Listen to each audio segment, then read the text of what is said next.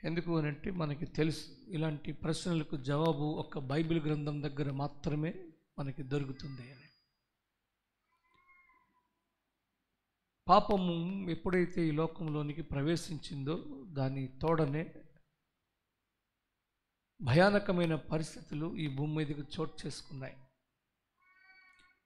అది ఆరంభం నుండి ఇప్పటి వరకు అది కొనసాగుతూనే ఉంది. ఇలాంటి సంఘటనలు మనం చూస్తూ ఉన్నప్పుడు, దేవుని వాక్యాన్ని ధ్యానిస్తూ ఉన్నప్పుడు, వీటికి ముగింపు ఎప్పుడు అనే ప్రశ్న మనలో కలుగుతుంది. ఆ ముగింపు అనే మాట మనకి జ్ఞాపకం వచ్చినప్పుడు ప్రభువు రాకడ గురించి మనకి బైబిల్ గ్రంథం ఏం చెబుతుంది అనే విషయాలు తెలుసుకోవాలని ఆసక్తి కలుగుతుంది. ఇలాంటి వాటన్నిటికీ ప్రభువు రాకడే ముగింపు అని బైబిల్ చాలా స్పష్టంగా చెప్పింది. చాలాసార్లు దేవుని వాక్యాన్ని ధ్యానిస్తూ ఉన్నప్పుడు మనం రకరకాల అంశాలను ధ్యానిస్తూ ఉంటాం. కానీ ఖచ్చితంగా మనం జ్ఞాపకం ఉంచుకోవాల్సింది ఏంటి అనంటే, కనీసం సంవత్సరానికి 2-3 సార్లైనా, అది తక్కువ అని చెప్పింది, ప్రతిరోజు జ్ఞాపకం ఉంచుకోవాల్సిన అంశం ప్రభువు రాకడ గురించి. ఆయన ఈ భూమి మీదకి వస్తాడు, నేను వస్తాను అని చెప్పి వెళ్ళారు. అందుకు దేవుని రాకడ గురించి మనం ఆలోచిస్తే దాన్ని సిద్ధపాటుని గురించి కూడా ఆలోచించాలి. వాస్తవానికి వేదాంతపరమైన దృక్పథంలో, అంటే థియోలాజికల్ ఆస్పెక్ట్లో ఎస్కటాలజీ అని అంటారు. అంటే the doctrine of last things, అంత్య దినాలలో సంభవింపబోవు సంఘటనలను గురించిన అధ్యయనం చేయడమే ఎస్కటాలజీ యొక్క ఉద్దేశం. మేజర్ డాక్ట్రిన్స్ ఏవైతే ఉంటాయో అందులో చిట్ట చివరి డాక్ట్రిన్ ఈ ఎస్కటాలజీ. నేను డాక్ట్రినల్ ఇష్యూస్ ఏం మాట్లాడను కానీ రాకడను గురించిన కొన్ని విషయాలు మాత్రం మీ ముందుకు తీసుకొని వస్తాను. రాకడ గురించి ఆలోచన చేసేటప్పుడు అది మన ఆధ్యాత్మిక జీవితానికి ఒక మేలుకొలుపు. ఖచ్చితంగా నేను రాకడలో జరగబోయే సంభవాల్లో నా పాత్ర ఏంటి అని మనం ప్రశ్నించుకోవడానికి అవకాశం ఉంటుంది. 96వ కీర్తన మనం చదివాం. అందులో కీర్తనకారుడు పాడుకుంటూ ఉన్నాడు. 11వ వచనంలో యెహోవా వేం చేయుచున్నాడు అని రాసి ఉంది. దేవుడు వస్తూ ఉన్నాడు అని అర్థం. పాత నిబంధనలో ప్రవక్తల గ్రంథాలు ఉంటాయి. అవి 2 భాగాలుగా చూస్తాం, major prophets and minor prophets, పెద్ద ప్రవక్తలు చిన్న ప్రవక్తలు అని. ఈ ప్రవక్తల గ్రంథాల్లో అన్నింటి లోపట ఒక రోజును గురించి చెప్పడం జరిగింది. దానిని ద లార్డ్స్ డే, ప్రభువు దినము అని అంటారు. అది మహాభయంకరమైన దినము అని కూడా కొందరు ప్రవక్తలు చెప్పారు. ఈ ప్రభువు దినం కూడా 2వ రాకడలో ప్రాముఖ్యమైన అంశంగా మనం బైబిల్ని చదువుతున్నప్పుడు మనం గమనించగలం. కాబట్టి రాకడ అనేది ఖచ్చితంగా మనందరి జీవితాల్లో చిట్ట చివరి మజిలీ, క్రైస్తవ జీవితానికి, విశ్వాస జీవితానికి. ఇంకా బాగా చెప్పాలి అనంటే ఈ భూమండలానికే చివరి మజిలీ ఏంటంటే ప్రభువు రాకడే. ప్రియమైన దేవుని బిడ్డలారా, ఎందుకంటే ఆ రాకడను ఆయన చెప్పి ఉండకపోతే మనం గమ్యం లేని, గురి లేని మన ప్రయాణాలలాగా మన జీవితం ఉండును. కానీ మనందరి జీవితాలకి ముగింపు ఆయన రాకడ దగ్గరే. ప్రభువు ఇలా అన్నాడు ఈ లోకంలోనికి వచ్చినప్పుడు. అపోస్తలుల కార్యములు 1వ అధ్యాయం దగ్గరకు వస్తే, ఆయన శుక్రవార దినాన ఒకవేళ మరణించాడు అని అనుకుంటే, ఆయన మరణించిన తర్వాత 3వ దినం, అది ఆదివారం, పునరుద్ధానుడయ్యాడు అని మనకు అర్థమవుతుంది. ఆయన పునరుద్ధానుడైన తర్వాత 40 దినాలు మరలా ఈ భూమి మీద ఆయన సంచరించాడు. 40 దినాలు తరువాత ఆయన ఈ భూమిని విడిచి వెళ్ళిపోయే సందర్భం ఈ అపోస్తలుల కార్యంలో లూకా అతడు వ్రాస్తూ ఉన్నాడు. నేను ఒక్కొక్క వచనాన్ని చెప్తాను. అపోస్తలుల కార్యములు 1వ అధ్యాయము 6వ వచనం ఇలా ఉంది. కాబట్టి వారు కూడి వచ్చినప్పుడు, ప్రభువా, ఈ కాలమందు ఇశ్రాయేలునకు రాజ్యమును మరలా అనుగ్రహించదవా అని ఆయనను అడుగగా ఆయన ఇలా సమాధానమిచ్చాడు. కాలములను సమయములను తండ్రి తన స్వాధీనమందుంచుకొని ఉన్నాడు, వాటిని తెలుసుకొనుట మీ పని కాదు అని చెప్పాడు. కాలములు, సమయములు ఇవి ఎప్పుడూ దేవుని స్వాధీనంలో ఉంటాయి. ఇది ఖచ్చితంగా ప్రతి క్రైస్తవ విశ్వాసి జ్ఞాపకం ఉంచుకోవాలి. మేలు చేయడానికైనా ఆశీర్వదించడానికైనా దేవుడు ప్రతి వ్యక్తి జీవితంలో జరిగించే కాలాన్ని తన స్వాధీనంలోనే ఉంచుకుంటాడు. రెండవది, ఆయన ఈ భూమి కొరకు జరిగించే ప్రతి పనికి ఒక ప్రత్యేకమైన కాలాన్ని నిర్ణయించాడు. ఆ భాగంగానే ఆదాము సృష్టింపబడిన తర్వాత ఆదికాండం 3వ అధ్యాయంలో పాపం వచ్చిన తర్వాత పాపం గురించి ప్రక్షాళన చేయడానికి ఒక ప్రవచనాన్ని చెప్పాడు. అది మోషేకి తెలియపరిచాడు. వాస్తవానికి ఆ మాట ఆదాముకు తెలుసు, ఆ మాట వారిని మోసపుచ్చిన సర్పానికి తెలుసు, ఆ మాట మొదట ఆ వృక్ష ఫలములు తినిన హవ్వకు తెలుసు, కానీ ఎవ్వరికీ తెలియదు. ఈ విషయాన్ని మరలా దేవుడే మోషేను పిలిచి దానిని రివీల్ చేసినట్టు మనం ఆ సీనాయి పర్వతం మీద జరిగే ఆ దేవునితో ముఖాముఖి చర్చ లోపట మనం గమనిస్తాం కదూ. అక్కడ ఏమన్నాడు అని అంటే చదువుదాం. ఆదికాండం 3వ అధ్యాయము 15వ వచనం. మరియు నీకును స్త్రీకిని నీ సంతానమునకును ఆమె సంతానమునకును వైరము కలుగజేసేదను, అది నిన్ను తల మీద కొడుతుంది, నీవు దాన్ని మడిం మీద కొట్టెదవని చెప్పాడు. అపవాది యొక్క సంతానము, దేవుని యొక్క సంతానము, అదే స్త్రీ సంతానం. దేవుని సంతానం ఈ భూమి మీదకి ఒక స్త్రీ ద్వారా రాబోతుందని ఆయన ప్రవచనం ఇచ్చాడు. స్త్రీ సంతానము చెప్పాడు, కానీ ఎప్పుడు వస్తాడు, ఎప్పుడు ఈ లోకానికి వస్తాడు ఎవరికి తెలియదు. ఎందుకని? కాలాకాలములు ఆయన స్వాధీనంలో ఉన్నాయి కాబట్టి. కానీ దేవునికి తెలుసు.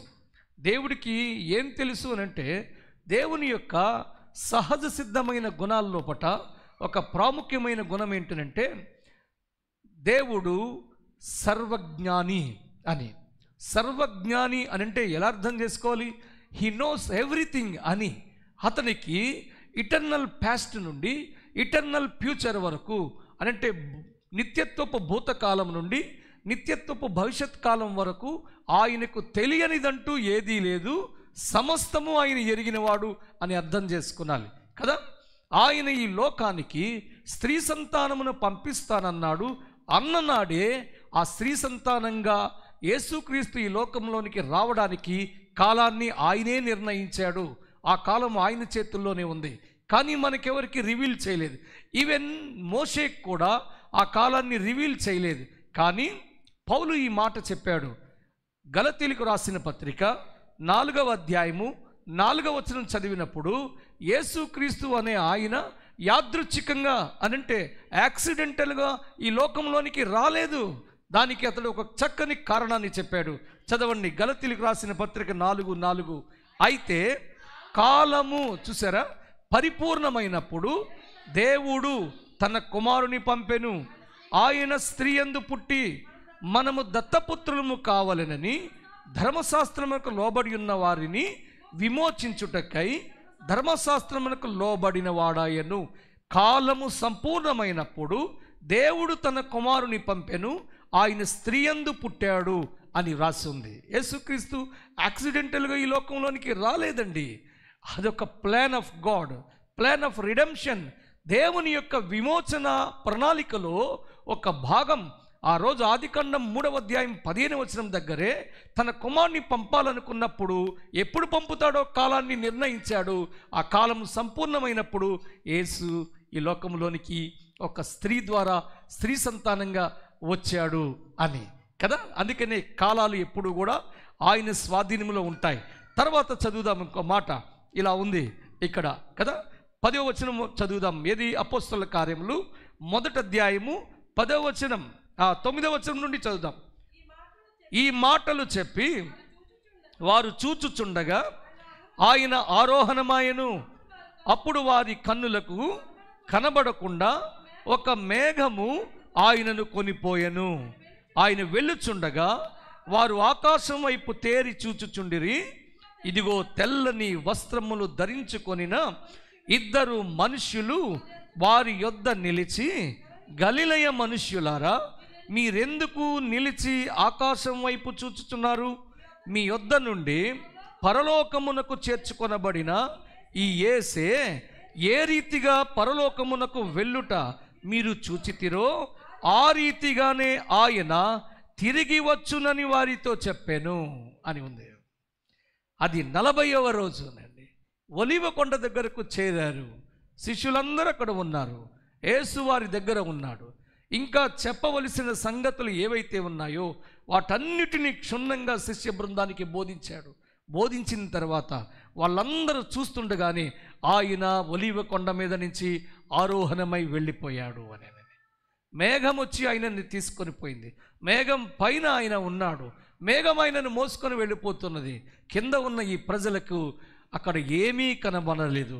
ఇంకా ఆకాశం వైపు తేరు చూస్తూ ఉండగా 2 మనుషులు వచ్చి ఒక కన్ఫర్మేషన్ ఇస్తూ ఉన్నారు. ఇంకా మీరు ఆకాశం వైపు చూస్తున్నారే, ఆయన ఈ కొండ మీద నుంచి ఎలా ఆరోహణమయ్యాడో అలానే మరలా ఈ కొండ మీదకు ఆయన వస్తాడు, తిరిగి వస్తాడు, తిరిగి వస్తాడని. ప్రభు తిరిగి వచ్చినప్పుడు ఈ భూమి మీద ఆదికాండం దగ్గర నుంచి జరుగుతున్న పరిణామాలన్నిటికీ ముగింపు అక్కడనే ఉండింది అనండి. అందుకనే యోహాను ప్రకటన గ్రంథంలో చెబుతూ అంటాడు, ఎవరు ఈయన అనంటే ఈయన అల్ఫా ఒమేగా అని. గ్రీకు భాషలో ఉండే అక్షరాల్లో మొదటి అక్షరం ఆల్ఫా, చివరి అక్షరం ముగిం, అది ఒమేగా అనంటే మొదటిది చివరిది యేసే, ఆరంభము ముగింపు యేసే, ఆది అంతము యేసే. అందుకు ఈ అంతం యేసుతోనే జరుగుతుంది కాబట్టి అందుకని యేసు యొక్క రాకడ ఏదైతే ఉండిందో దానితోనే ఇక్కడ పరిస్థితులన్నిటికీ చెప్పడానికి ఆయన రాకడ ఉండింది. మనం చాలా జాగ్రత్తగా యేసు రాకడ గురించి కూడా ఆలోచన చేయవలసిన వారుగా మనం ఉండాలి అని అంటే. నేను చెప్పాను మొదటి మీకు ముందే, నేను సిద్ధాంతపరమైన విషయాలు మాట్లాడడానికి నాకు సమయం సరిపోదు కదా. అవి విస్తారంగా మనం మాట్లాడుకోవలసిన అంశాలు, సెమినార్ తీసుకొని మాట్లాడుకోవాలి. అయితే నేను చాలా ప్రాముఖ్యమైన విషయాలు మాత్రం చాలామందికి సందేహాలు ఉండే వాటిని నివృత్తి చేయడానికి మాత్రమే ప్రయత్నం చేస్తాను ఈ నాకు ఇవ్వబడిన ఈ సమయాన్ని బట్టి. కొంచెం కాన్సన్ట్రేట్ చెయ్యండి ప్రియమైన దేవుని బిడ్డలారా. ఆయన తిరిగి వస్తాడు అనేది స్పష్టంగా మనకు అర్థమైంది ఇక్కడ. కానీ తిరిగి రావడాన్ని 2 భాగాలు చేసింది బైబిల్. అది జాగ్రత్తగా మనం గమనించాలి. 2 భాగాలు చేసింది బైబిల్. ఏంటది? చాలామంది అనుకునేది ఏంటనంటే ఆయన వచ్చినప్పుడు సంఘాన్ని తీసుకొని వెళ్ళిపోతాడు వచ్చి అని. ఇంతక్రితం మనం చదివాం వాక్య భాగం కదా. వాళ్ళిద్దరు మనుషులు ఏం చెప్పారు? ఒలీవ కొండ మీద నుండి ఆయన ఆరోహణం అవ్వడం మీరు ఎలా చూశారో అలాగే మళ్ళీ ఒలీవ కొండ మీదకి ఆయన దిగివచ్చును అనేది. దిగివచ్చును అనేది సాధారణంగా మనకి అలాగా ఒలీవ కొండ మీదకి ఆయన దిగి రావడాన్ని మనం ఏమనుకుంటామంటే అలా వచ్చి సంఘాన్ని తీసుకెళ్తాడేమోనని. కాదు కాదు కాదు కాదు దీనికంటే ముందే సంఘాన్ని తీసుకొని వెళ్ళిపోతాడు. ఇది జాగ్రత్తగా గమనించాలి మనం. ఎలాగ దానికంటే ముందు తీసుకొని వెళ్తాడు అనంటే తరచు మనం ఎక్కువ ఆదరణ కూడికల్లో, మెమోరియల్ సర్వీసులో ఒకటి మనం జ్ఞాపకం చేసుకుంటాం, ఫ్యూనరల్ సర్వీసుల్లో. ఏంటది? తెస్సలోనికయులకు రాసిన మొదటి పత్రిక 4వ అధ్యాయము 16వ వచనం చదువుదాం. ఆర్భాటముతోను ప్రధాన దూత శబ్దముతోను దేవుని బోరతోను పరలోకము నుండి ప్రభువు దిగివచ్చును. క్రీస్తునందుండి మృతులైన వారు మొదట లేస్తారు, ఆ మీదట సజీవులమై నిలిచియుండు మనము వారితో కూడా ఏకముగా ప్రభువుని ఎదుర్కొనుటకు ఆకాశ మండలమునకు మేఘముల మీద కొనిపోబడతాము అని. సాధారణంగా ఏమనుకుంటామనంటే ఆయన భూమి మీదకు వచ్చి ఈ భూమి మీదే కాలు మోపి సంఘాన్ని పిలిచి ఆయన సంఘాన్ని తీసుకుని వెళ్తాడు అనేది. వాస్తవానికి వాక్యం అలా చెప్పలేదు. అపోస్తుడైన పౌలు ఇలాంటి వివరణ ఇవ్వలేదు. ఎక్కడ పొరపాటు పడింది సంఘము అనంటే, ఆయన పరలోకం నుంచి దిగి వచ్చి అన్న దగ్గర ఏకంగా పరలోకం నుంచి భూలోకానికి దిగాడని అనుకున్నారు అందరూ. కానీ అలా దిగితే సజీవులమై నిలిచియుండు మనము ఆయనను ఎదుర్కొనుటకు మేఘముల మీద కొనిపోబడతాము అని రాసి ఉండకూడదు అక్కడ. మీకు అర్థమైందా? ప్రభువు ఎక్కడ వరకు దిగి వచ్చాడు అనంటే అక్కడ స్పష్టంగా ఉంది, ఆయన ఆకాశ మండలానికి మాత్రమే వస్తాడు, మధ్యాకాశమునకు వస్తాడు.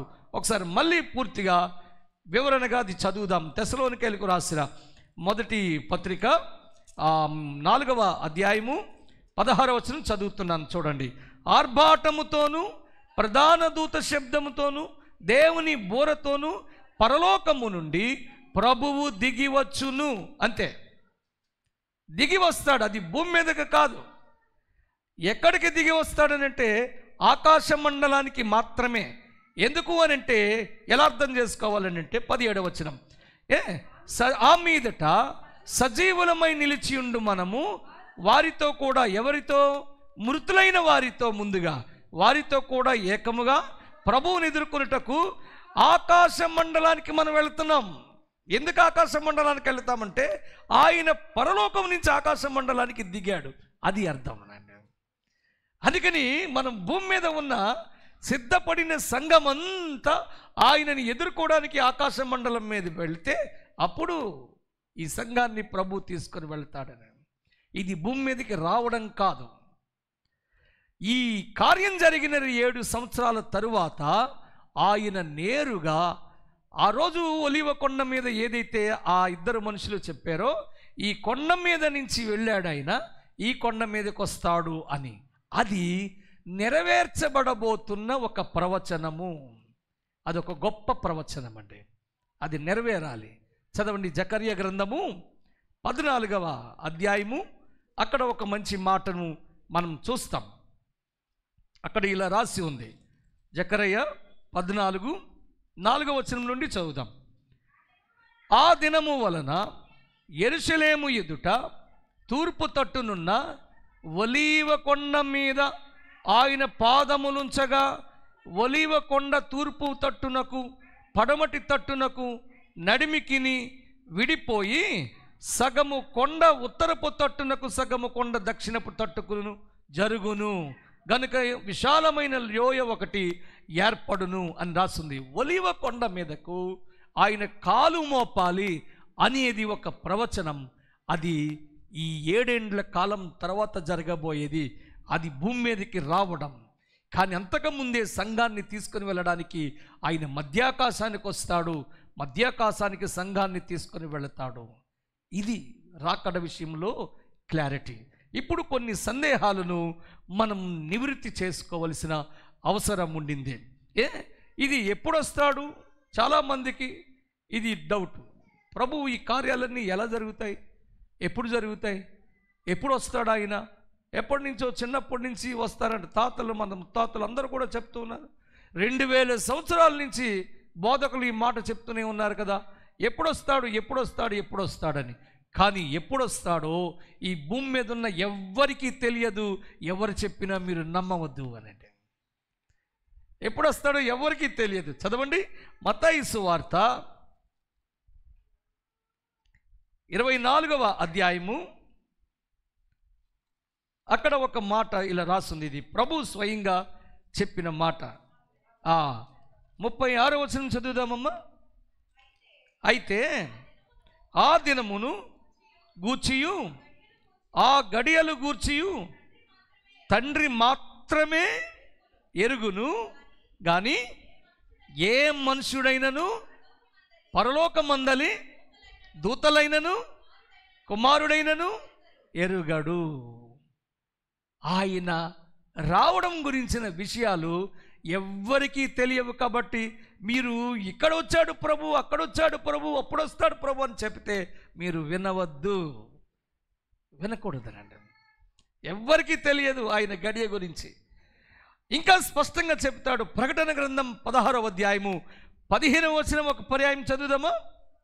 ప్రకటన గ్రంథము 16వ అధ్యాయము 15వ వచనం చదువుదాం. హెబ్రీ భాషలో హర్మగెద్దోను చోటుకు పోగు చేశాను. ఇదిగో నేను దొంగవలే వచ్చుచున్నాను, తాను దిగంబరుడుగా సంచరించుచున్నందున జనులు తన దిశములను చూతురేమో అని మెలకువగా ఉండి తన వస్త్రము కాపాడుకునివాడు ధన్యుడు. ఇదిగో నేను దొంగవలే వచ్చుచున్నాను. ఏ దొంగ కూడా మీ ఇంటికి దొంగతనం చేయడానికి నేను వస్తున్నానని చెప్పిరాడు. దొంగ రహస్యంగా ఎవ్వరూ సంచరించకుండా ఉండినప్పుడు తన జాగ్రత్తలు తను తీసుకొని వస్తాడు. అలా అని చెప్పి యేసు దొంగలా వస్తాడంటే కాడు. ఇక్కడ సమయమును గురించి వ్రాయబడింది ఆ మాట. దొంగ చెప్పిరాడు ఎలాగో అలాగే ఈయన కూడా చెప్పిరాడు, అకస్మాత్తు అయినా వస్తాడు అని అర్థం. అది మనకి దొంగలు ఎలా ఉంటారో వాళ్ళ వేష భాషలు తెలుసు. అలాగని ప్రభు వస్తాడేమో మారువేషంలో ఏమి రాడు, నేరుగానే వస్తాడు. కాకపోతే వాళ్ళ ఎవరికి కూడా ఆ సమయం తెలియనప్పుడు ఆయన పర్వాలేదులే, ఇంకా టైం ఉంది, కాలం ఉంది అని మనం అనుకుంటామేమో. ఏ లోపు ఏ టైంలో ఆయన వస్తాడో మనకి తెలియదు. దాని గురించి ఈ మాట చెప్పబడినట్లు ఉండింది. అయితే కాలం తెలియదు కానీ, ఎలా వస్తాడో మనకి తెలియదు కానీ, ఖచ్చితంగా మాత్రం ఒకటి చెప్తాడు. ఏమంటారంటే ఆయన త్వరగా వచ్చుచున్నాడు. ఖచ్చితంగా వస్తాడని అర్థం. త్వరగా వస్తున్నాడని చెప్పడంలో ఖచ్చితంగా ఆయన మరలా రాబోతున్నాడు, వస్తాడు అని మాత్రం చెప్పాడు. చదవండి, ప్రకటన గ్రంథం 22వ అధ్యాయం చదువుతున్నప్పుడు 20వ వచనంలో ఇలా రాసి ఉంది. 20వ వచనం, ఈ సంగతులను గూర్చి సాక్ష్యం ఇచ్చువాడు అవును త్వరగా వచ్చుచున్నాడు ఆమెన్ అని చెప్పుచున్నాడు. ఆమెన్, ప్రభు అయిన యేసు రమ్ము అని అన్నాడు. కాబట్టి ఆయన త్వరగా రావడం మాత్రం వాస్తవము.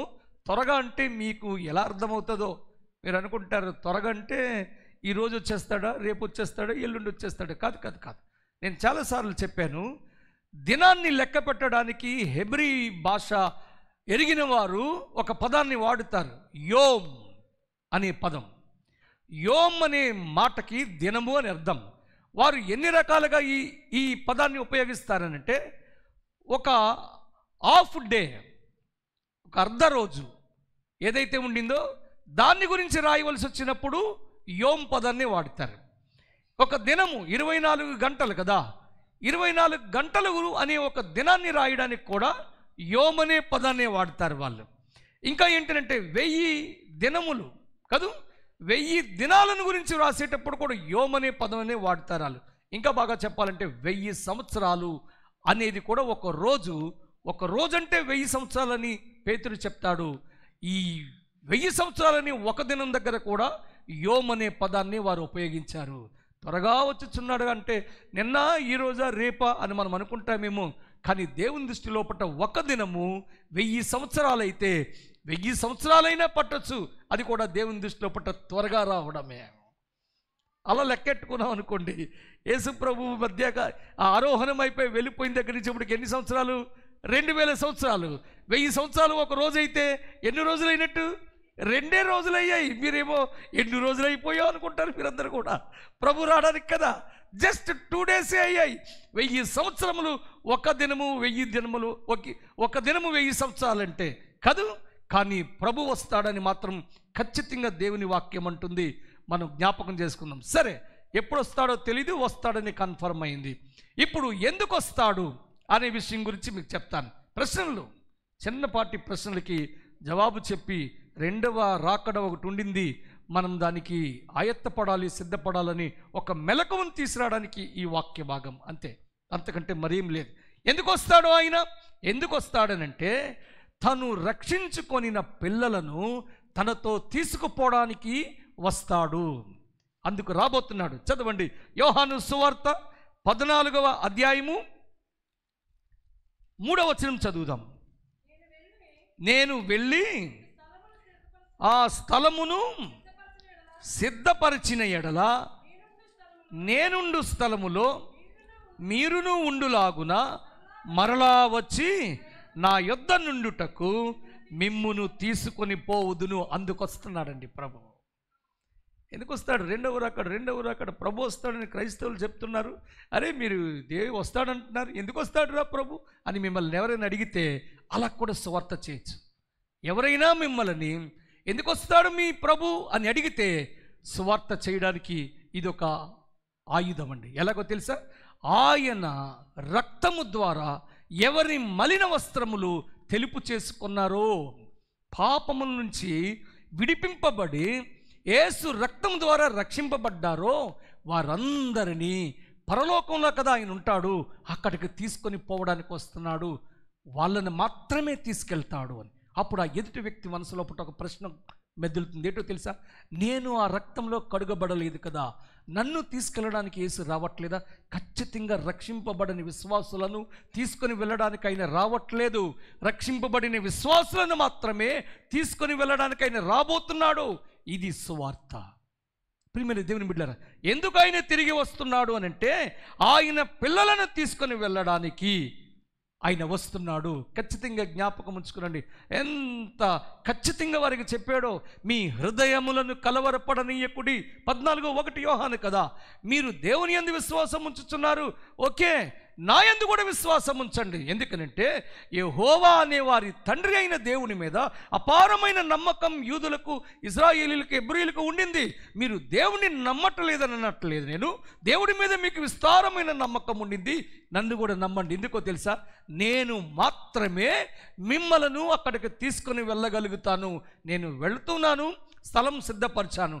2000 సంవత్సరాల క్రితం ఆ ఒలివ కొండ మీద నుంచి ఆరోహణమైన ఆయన రక్షింపబడిన విశ్వాసులందరికీ చివరి ఒకరు రక్షింపబడతాడు కదా ఈ భూమి అంతానికి, ఆ వ్యక్తికి కూడా స్థలము సిద్ధపాటు అయిపోతే అప్పుడు ఆయన వస్తాడు, అందరినీ కలెక్ట్ చేసుకొని మధ్యాకాశానికి తీసుకొని వెళతాడనండి. అందుకు రాబోతున్నాడు ఆయన. ఎప్పుడు వస్తాడంటే ఎవ్వరికీ తెలియదు, కానీ ఖచ్చితంగా వస్తాడు. రెండవ ప్రశ్న ఏంటంటే ఎందుకు వస్తాడనంటే రక్షింపబడిన విశ్వాసులైన ఆయన పిల్లలను తీసుకుని వెళ్ళడానికి ఆయన వస్తాడు. సరే, బాగుండేది. ఇప్పుడు ఆ దినాలకు సంబంధించిన సూచనలు ఏంటి? పోనీ అయ్యైనా మాకు తెలియపరచండి అని. వాటి గురించి బైబిల్ ఏం చెప్తుందో చూద్దాం. అప్పుడు మనం అనుకోవాలి ఏమని, బాబోయ్ రాకడికి సంబంధించిన దినాలు ఆరంభమవుతున్నాయేమో అని మనం అనుకోవాలి, యోచించాలి. ఏంటి జరుగుతుంది? మత్తయి సువార్త 24వ అధ్యాయము 12వ వచనం ఒకసారి చదవండి. అక్కడ ఇలా రాసి ఉంది, అనేకులలో ప్రేమ చల్లారిపోతుంది. ఒకటి మెయిన్ ఇది, ప్రేమ చల్లారిపోతుందండి. అది బాగా జ్ఞాపకం ఉంచుకోండి. ప్రేమకు చిల్లు పడుతుంది. మీరు ఇందులోనే వడిసి పడదామంటే కారిపోతుంటుంది, చిల్లుంటే కారిపోదు కదా. ప్రేమలు చల్లారిపోతాయి ఒకరి మధ్య ఒకరు. Very simple. ప్రేమ చల్లారిపోయిందంటే ద్వేషము చాలా బలంగా అయిపోయిందని అర్థం. ప్రేమ లేని చోట ద్వేషం ఉంటుంది. ద్వేషం విస్తరించిపోతున్న రాకడకు సూచనలే, అలాగే ప్రేమ చల్లారిపోతున్న రాకడకు సూచనలే. ఇది మనం గమనించాలి అని చెప్తాడనండి. అది క్రైస్తవ సమాజంలో కాకపోవచ్చు, ఎందుకంటే రక్షింపబడిన బిడ్డలు వాళ్ళు ఆల్రెడీ అర్హత సంపాదించుకున్నారు పరలోకం పోవడానికి, వాళ్ళే తీసుకుపోతాడని. కానీ ఈ మిగిలిన సమాజంలో, మిగిలిన ప్రపంచంలో పట్ల మీరు చూడండి, ప్రేమలు చల్లారిపోయే సందర్భాలు విస్తారంగా కనబడుతూ ఉన్నాయి. ఎవరైనా ఒకరిని ఎందుకు హత్య చేస్తారండి? ఎవరైనా ఒకరిని ఎందుకు దోచుకుంటారండి? ఎవరైనా ఒకరిని ఎందుకు కొడతారు, ఎందుకు తిడతారు? ఎంత దారుణంగా! భారతదేశంలో శాంతి భద్రతలు బాగోలేవండి. లా అండ్ ఆర్డర్ అస్సలు బాగలేదండి. ఎంత దారుణంగా కొడుతున్నారంటే ఈ సోషల్ మీడియాలో చూస్తున్నప్పుడు మనిషి చచ్చిపోతాడని విచక్షణ లేకుండా వీళ్ళకి ఎంత బలమైతే ఉండింది అంత బలంతో కర్రలతో రాడ్లతో నడి రోడ్డు మీద కొడుతున్నారు, చంపేస్తున్నారు, ఆ వేట కొడవల్లో పట్టుకోనండి. ఇంత కర్కశంగా మనిషి మారిపోయాడండి. ఎందుకు అలా చేయగలుగుతామనంటే ప్రేమ చల్లారిపోవడం వల్లే. ఒక మనిషి ప్రేమించలేకపోవడం వల్లే ఇట్లాంటి దురాగతాలు ఈ లోకంలో జరుగుతూ ఉంటాయి. అవి జరుగుతున్నాయి కదా, ఇప్పుడు జరుగుతున్నాయి. మీరు అనుకోవచ్చు, అడగవచ్చు ప్రభుని, మీ వ్యక్తిగత ప్రార్థనలో ప్రార్థన చేయండి ప్రభుని, ప్రభువా ఇలాంటి భయంకరమైన పరిస్థితులు చోటు చేసుకుంటున్నాయి కదా, మరి ప్రేమలు చల్లారిపోతున్నట్టే కదా, ప్రేమలు చల్లారిపోతున్నాయంటే నీ రాకడకు సూచనలా ఇవి అని మీరు ప్రభుని అడగండి. ప్రియమైన దేవుని బిడ్డలారా, అలాంటి పరిస్థితులు ఈరోజు మనం చూస్తాం. అలాగ ఉన్నది. ఇక ఆఖరి ఇంకో ప్రశ్న ఏంటంటే, మరి ఇలాంటి పరిస్థితుల్లో నేను రాకడికి ఎలా సిద్ధపడాలి అనేది, ఇది చెప్పేసి నాకు నేను ప్రార్థన చేస్తాను. మరి ఎలా సిద్ధపడాలి రాకడికి? ప్రభు వచ్చే టైంకి నేను సిద్ధపాటు ఎలా కలిగి ఉండాలి కదూ? దేవుని వాక్యం ఇలా అంటుంది చూడండి.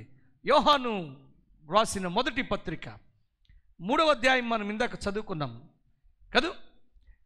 ఆ లోపట ఒక వాక్య భాగాన్ని చూపెడతాను చూడండి. ఏమని ఉండింది అని అంటే 3వ వచనం చదువుదాం, 2వ వచనం నుండి చదువుదాం.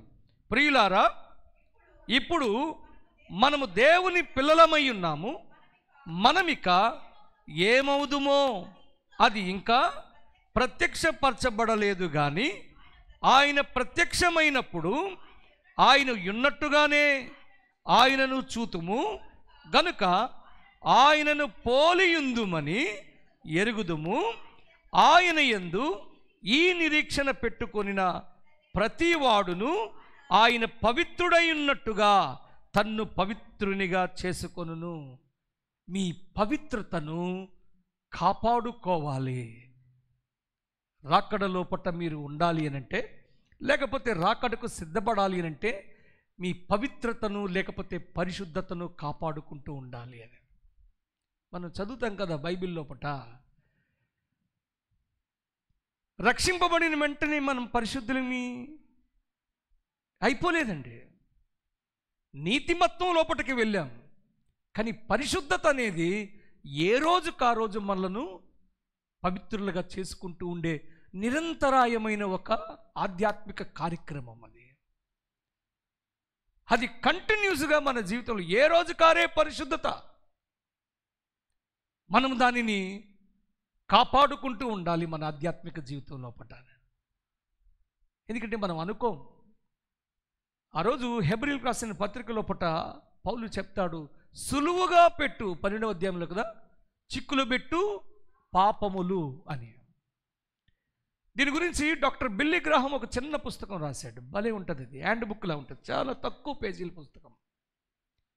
సులువుగా చిక్కులు పెట్టు పాపములు అని. ఇది రక్షింపబడిన విశ్వాస సమాజానికి వ్రాయబడిన పత్రిక, అది హెబ్రీయులకు రాసిన పత్రిక. అవి పెద్ద పెద్ద నేరాలు కాదండి, మీరు నేరాలు అనుకోకుండా చేసే తప్పులే, చిన్ని చిన్నవి 5 రాశాడు అందులో పూట డాక్టర్ బిల్లీ గ్రాహం కదా.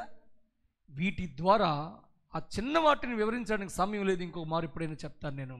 వాటి ద్వారా మన ఆత్మీయ జీవితంలో పవిత్రతను మనం కోల్పోతామనంటే, అందుకు చాలా జాగ్రత్తగా మనం రాకడ లోపట సిద్ధపాటు ఎట్లా కలిగి ఉండాలి అని అంటే, మొదట మన యొక్క పవిత్రతను పరిశుద్ధతను కాపాడుకునే బిడ్డలుగా మనం ఉండగలగాలి అని అంటే, ఏ రోజుకి ఆ రోజే మీరు మిమ్మల్ని పరిశీలన చేసుకోవాలి. దావీదు అందుకే అంటాడు 26వ కీర్తనలో, నన్ను పరిశీలించు, నన్ను పరీక్షించు, నా అంతరింద్రియములను పరిశోధించు. ఎవ్రీడే ప్రేయర్ అండి ఇదే. ప్రతిరోజు విశ్వాస సమాజం బిడ్డలు లేచిన వెంటనే మనం చేయవలసిన ప్రార్థన ఇది. ప్రభువా, దావీదు అనుభవాల్లో నుంచి నేర్చుకునే పాఠాల్లో అత్యంత ప్రాముఖ్యమైన పాఠం, మీరు ఇంటికి వెళ్ళి చదవండి, 26వ కీర్తన 2వ వచనం ఇది. నన్ను పరిశీలించు, నన్ను పరీక్షించు, నా అంతరింద్రియములను పరిశోధించు, నా హృదయాన్ని అని అంటాడు. అందుకని ఏ రోజుకి ఆ రోజే మన పవిత్రతను పరిశుద్ధతను కాపాడుకుంటూ ఉండాలి. ఇక రెండవది చెప్పేసి నేను ప్రార్థన చేస్తాను. ఏంటిది అది అనంటే, లూకా సువార్త 21వ అధ్యాయము 36వ వచనం. ఇది కూడా ఇందాక మన వాక్య భాగాల్లో చదువుకున్నాం కదా. లూకా సువార్త 21వ అధ్యాయము ఎంతమ్మా 36వ వచనం చదవండి.